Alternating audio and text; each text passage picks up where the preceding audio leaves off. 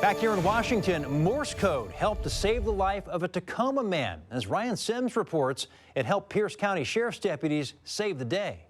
Do you need help? Can you tap it twice? If talking is overrated to some people, well, this story proves that tapping never is. Tap once for yes. Okay, yeah, he needs help. This tale of survival started in Tacoma with a welfare check.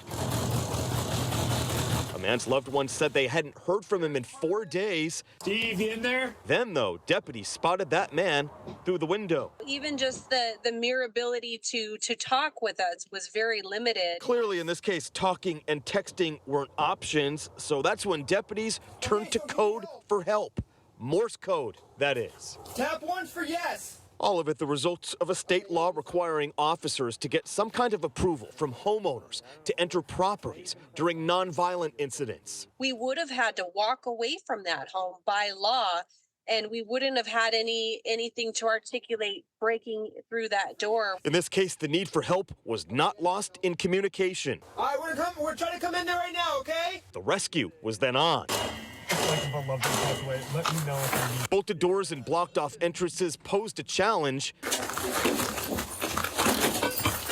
but tapping led to triumph. Sheriff's Department! Result, a man's life saved by an unmistakable, unforgettable tap. You get that confirmation that somebody is on the other side of that wall that needs help.